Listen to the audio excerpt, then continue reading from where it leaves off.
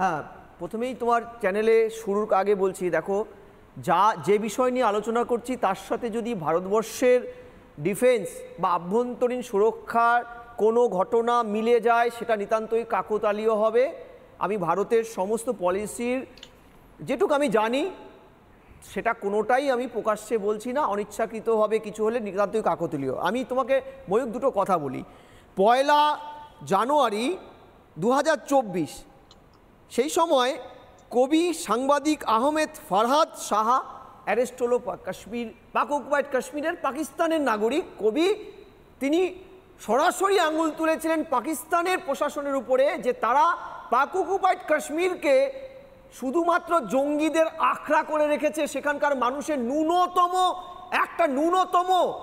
এক দানার কথা কোনোদিন ভাবেনি।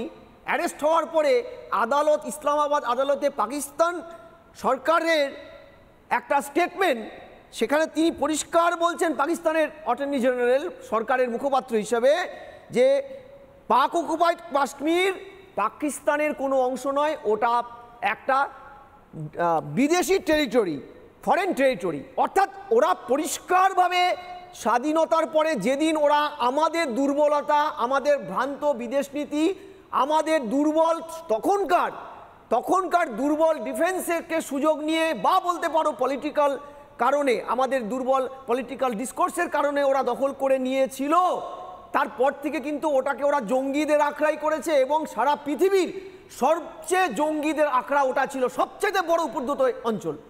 এই জায়গায় তারা কি মনোভাব নিয়ে চলে, তারা নিজের কোর্টে তারা হলফনামা দিয়ে জানিয়েছে। এবার প্রশ্নটা হচ্ছে ভারত কি করছে। আমি পুরো বিভিন্ন সোশ্যাল নেটওয়ার্কে দেখতে দেখতে আমার প্রায় বলতে পারে চোখে নেওয়া হয়ে যাওয়ার মতন বিভিন্ন লোক ভারতবর্ষের ভিতরে বসে থাকা, তারা বলছে এত বাতেলা কেন, কিছু করছে না কেন। প্রথমেই বলি, দেখুন, যতটুক ডিফেন্স আমি বুঝি, যতটুক পড়াশোনা, যতটুক এই বিভিন্ন জায়গায় এদের মিটিংয়ে গিয়ে আমি বুঝেছি, এই ব্যাপারগুলো অতটা সোজা নয়। প্রথমে ডিপ্লোম্যাটিক স্ট্র্যাটেজিগুলো ভারত নিচ্ছে, এটা বোঝার চেষ্টা করুন। যে জল, দীর্ঘদিনের জল চুক্তি, এখন প্রশ্ন উঠছে গঙ্গা বাংলাদেশের সাথে যে ভারতের চুক্তি, গঙ্গা জল চুক্তি, এটা নিয়েও ভারত নাকি ভাবছে।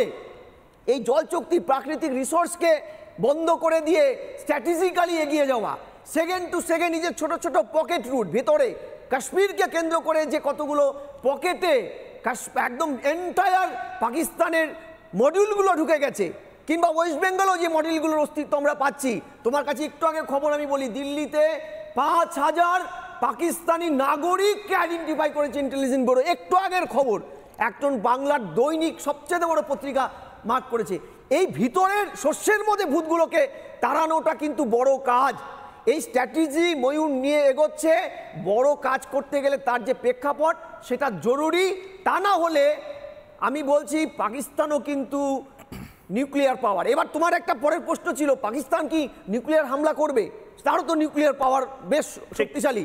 আমি তোমায় বলি, নিউক্লিয়ার ওয়েপেন্স লাস্ট কত বছরে পৃথিবীর কোন দেশ কার উপরে ব্যবহার করেছে তার হয়তো কাছে পিঠে তোমার কোনো উদাহরণ জানা নেই। কারণ নিউক্লিয়ার ওয়েপেন্স ব্যবহার করতে গেলে যে জাতীয় আন্তর্জাতিক যে বিভিন্ন ধরনের ক্রাইটেরিয়া ফুলফিল করতে হয়, সেটা ভারতেরও নেই, চীনেরও নেই।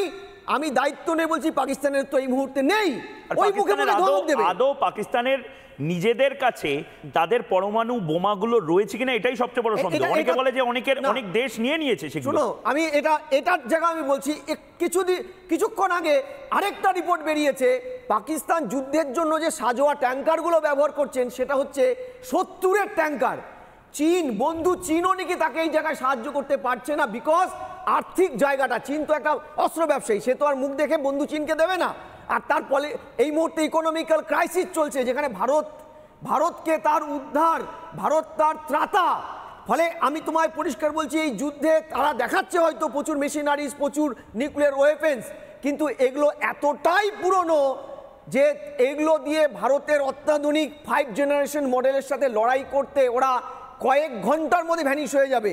আমি তোমাকে পরিষ্কার বলছি, আপাতত ভারতের দুমুখ চাল, ভারতের ভেতরে বসে থাকা এক ঝাঁক দেশদ্রোহী, তাদেরকে আইডেন্টিফাই করে তাদেরকে ডিসকার্ড করা, দেশ থেকে তাড়ানো যেমন একটা বড় কাজ, আরেকটা কাজ হচ্ছে এই যে ডিপ্লোম্যাটিক স্ট্র্যাটেজিগুলোকে নেওয়া, জল বন্দর থেকে শুরু করে সীমা সুরক্ষা, এই যে বাংলাদেশের সাথে এখন ভারত বাংলাদেশের যে গঙ্গা চুক্তি রিনিউয়াল, আমি বলছি তোমাকে কাল পরশুর মধ্যে এটা তোমরা আপডেট দেবে, এই রিনিউয়ালটা কিন্তু তারা করতে যাচ্ছে। অর্থাৎ আর ভারতের কিন্তু এই জোরাগ্রস্ত বিদেশ নীতি থাকবে না, ভারত বুঝিয়ে দিয়েছে। আমরা বসুন্ধরা কুটুম্বকম মানি, কিন্তু কখনো যদি আমাদের গায়ে আঁচড় দিয়ে চড় থাপ্পড় মারা হয়, আমাদের ধর্মীয় অনুভূতিকে আঘাত করা হয়, ভারতীয়ত্বকে আঘাত করা হয়, ভারতীয় আত্মাকে অপমান করা হয়, আমরা যে জরাগ্রস্ততা থেকে বেরোতে পারি তার দেখানোর সময় কিন্তু এখন এসে গেছে। ঠিক আরেকটা সন্ত্রাসবাদীর বাড়ি উড়িয়ে দেওয়া হলো, আমির নাজিরের বাড়ি ধ্বংস করে দেওয়া হলো। চেনেন এদেরকে, চিনিয়ে দিই। নাম শুনেছেন আমির নাজির, পুলওয়ামায় বিস্ফোরণে উঠল জঙ্গির আস্তানা। যারা পুলওয়ামার এই সন্ত্রাসবাদী হামলায় 0.0001% সাহায্য করেছে, তাদের প্রত্যেকের বাড়ি উড়িয়ে দেবে ভারত। যারা এই পেহেলগাঁও সন্ত্রাস হামলায়, যারা পুলওয়ামায়, কাঠুয়া, উড়ি, যেখানে সন্ত্রাসবাদী হামলা হয়েছে, প্রত্যেকের বাড়ি উড়াবে। আমি একবার দেখানোর চেষ্টা করব কটা বাড়ি উড়িয়ে দেওয়া হলো। সকালে, রাতে, দুপুরে, বিকেলে, দিনে, রাতে 24/7 কাজ শুরু হয়েছে সন্ত্রাসবাদীদের নিকেশ করার।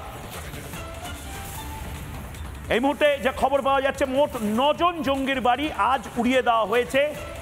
অনেকে সেই জঙ্গির বাড়ি থেকে বিভিন্ন কিছু সামগ্রী খুঁজে পেতে, অন্তত কিছু যদি পড়ে থাকে সেটা ওঠানোর চেষ্টা করছেন, কিন্তু একটা কিছু আর রেখে দেওয়া হবে না। এবং খুব সম্ভবত হয়তো পিওকে দখল সময়ের অপেক্ষা হবে। নানা ধরনের কন্টেন্ট দেখার জন্য লাইক করুন, শেয়ার করুন আমাদের ফেসবুক পেজ, সাবস্ক্রাইব করুন আমাদের ইউটিউব চ্যানেল। পাশাপাশি অন্যান্য ব্রেকিং নিউজের জন্য অবশ্যই চোখ রাখুন রিপাবলিক বাংলায়।